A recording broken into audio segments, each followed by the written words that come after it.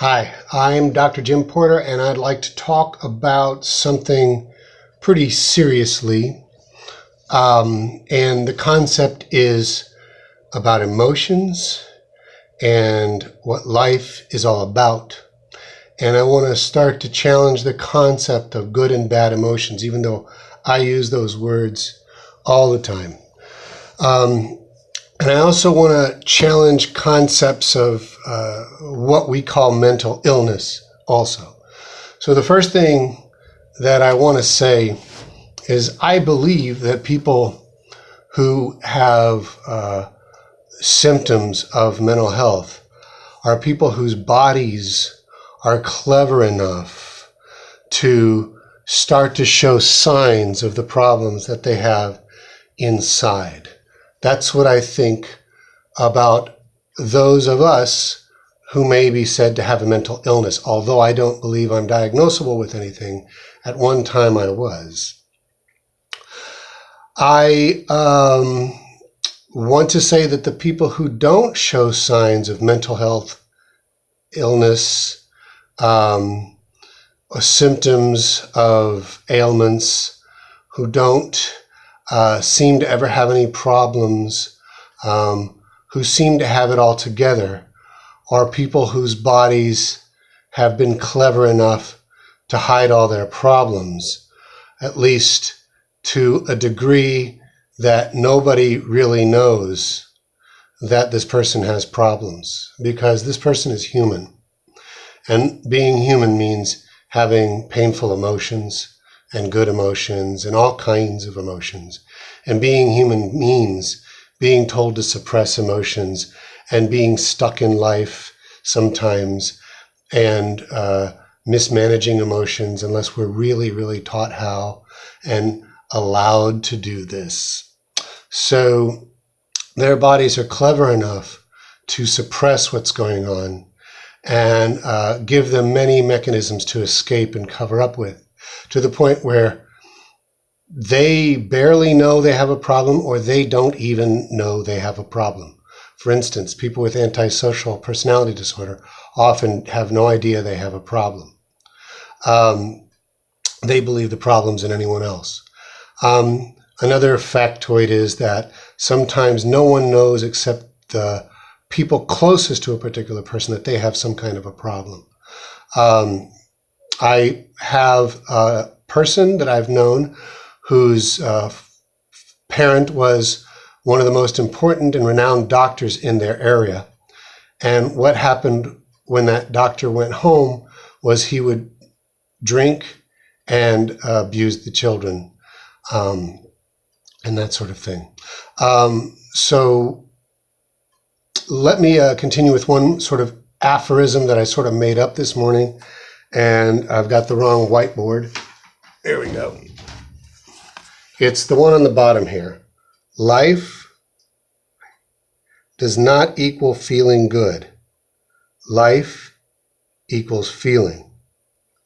So at this stage in my professional development, I firmly believe that might be the foundation of all healing, particularly in my specialty area, which is mental health, spiritual health, emotional health, relationship health, life health. Mental health counseling is a science of life.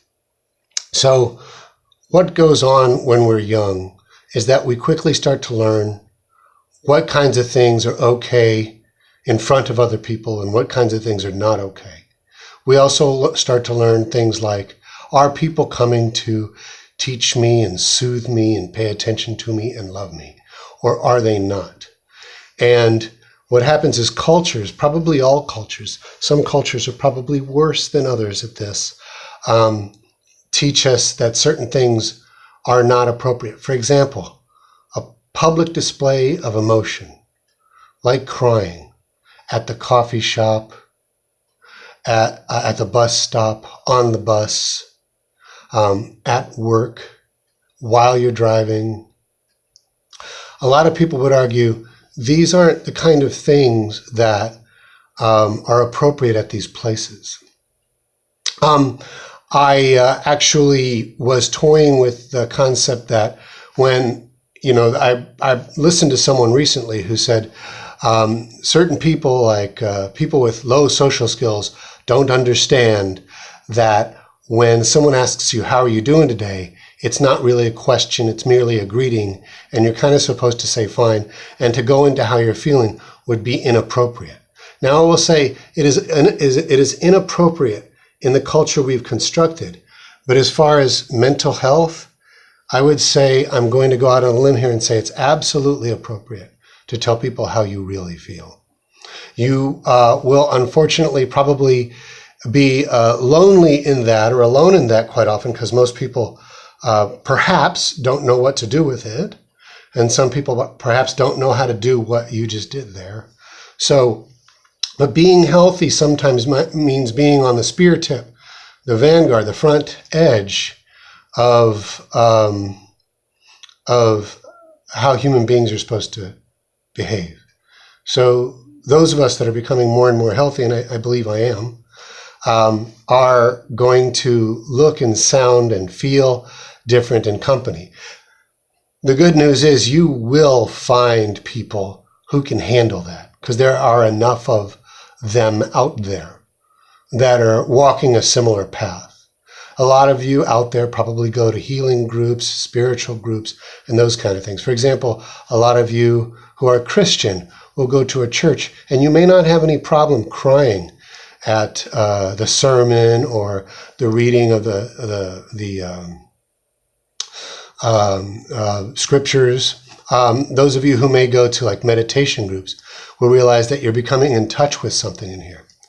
So this is what I'm about to say is what this talk is intended to lead to, is that being in touch with this thing, the body, everything about it, everything, the digestion, the sensations on the skin, the sensations in the muscles, the sensations in the bones, the strange neurological sensations that seem to come out of nowhere, everything that resembles an emotion or a bodily sensation, an urge to move in a particular way, a tingling here, a headache there, strange, horrible feelings of turning cold and gray and dry and dead. We're supposed to pay attention to those things.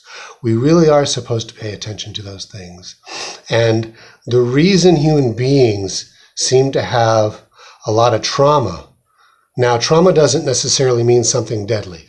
In one of the books about diagnosis, it means something deadly or physical health risking. But in the larger trauma therapy community and science, trauma means how we incorporate big events or stunning events or surprising events or scaring events or very remarkable events. So if we were generally taught to be in touch with our bodies, we would A, have fewer physical ailments, B, have fewer what we would call mental health disorders. A lot of things that we call mental health disorders wouldn't be called mental health disorders. They'd be called behaviors and emotions that make sense given a person's experience, right?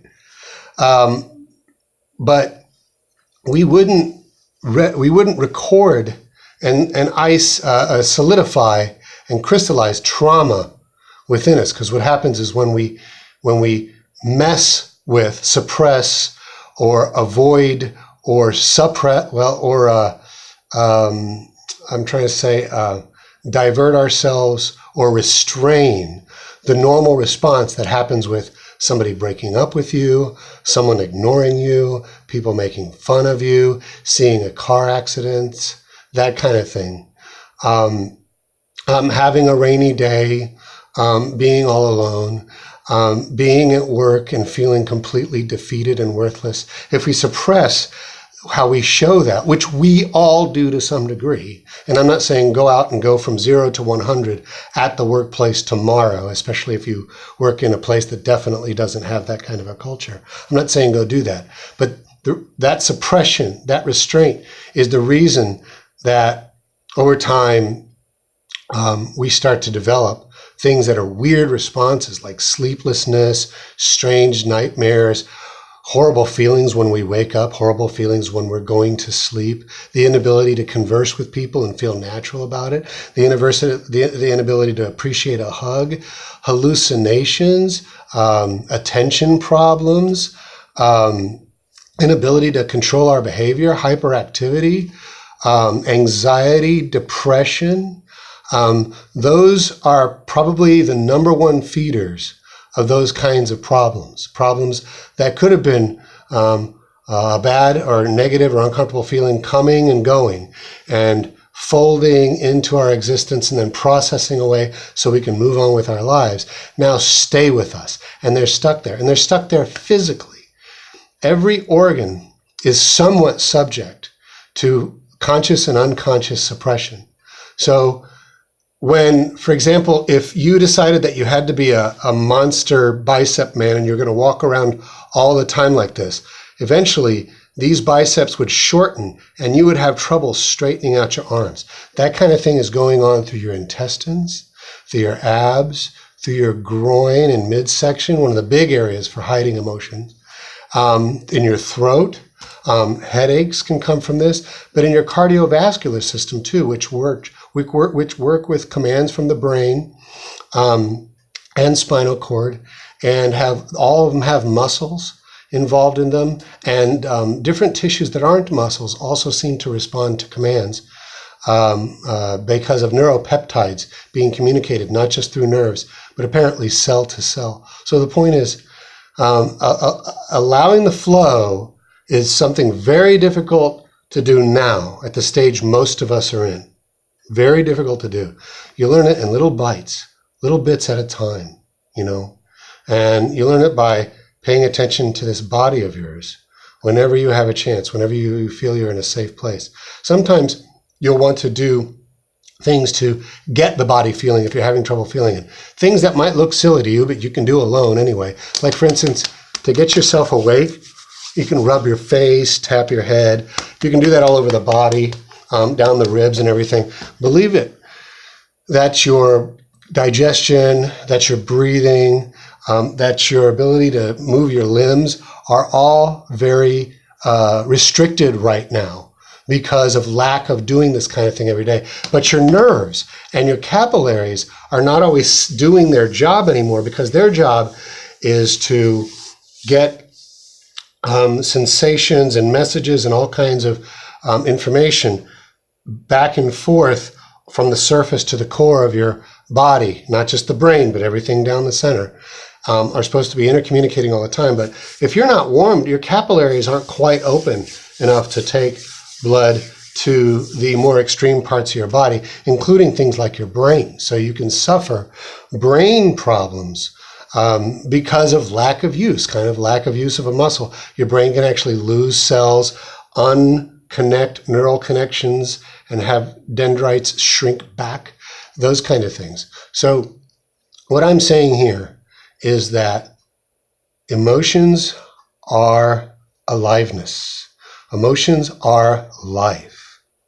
To suppress them is to create little injuries and little deaths. And some of you can attest, I would imagine, if you could come out of your house and talk to someone about it, that you feel completely dead. I know that's going on with some of you, And then those of you who are extremely anxious, you probably wish for numbness, but believe me, it's not a treat. So another thing that also gets us responding, which can be very difficult for many people, is being among people. So being among one or two or more people, because your body will mirror and respond and reciprocate what that person's activity, mental and emotional. Now, I don't know if I believe in mind reading. A lot of people say there's no physical connection between one person and the other. But modern science is showing that we do have neurons that seem to cause us to respond as if we were the person we are with. If a person's opening a jar on the other side of the room and we're looking at them, our brain is acting as if it is physically opening that jar. Also pheromones and all that stuff. Understand that science doesn't know everything yet about the human body, and science doesn't pretend to be able to one day know everything. But what we do know is that we do respond and react differently internally when we are just in the presence of people. So I would like to encourage everyone out there to start to find their avenue, your avenue, to your body. And hopefully the long-term goal is that you are aware of how you feel constantly, and that you can even allow it to come to the face or to the body. Another thing I recommend is when you have an emotion, touch the place where the emotion is. Touch the place where the emotion is. And allow it to be where it is, Again, you may want to start in safer, more private environments, but eventually you want to branch out to people you can trust. Therapists are paid to be secret and private about whatever goes on in the therapy session. And eventually you may meet some people who can handle that with you. This would be without drinks, without drugs, without weed, ideally. Because again, those are what we've been taught to use to hide and to soften and to numb and to dampen. But if you want to feel alive and start feeling satisfied, start feeling. Now you're already feeling, but stop ignoring the feelings if you can. Pay attention to the feelings if you can. The feelings are in the body, so start paying attention to the body on a daily basis is my best advice. And if it's too much to do on your own, if it's going to be a powder keg of explosion, you want support, I would get a professional or a very, very trusted friend, not a friend that you just put up with, or a friend that's got you trapped in a phony relationship, someone you trust. Again, life isn't feeling good. Life is feeling. Thank you very much.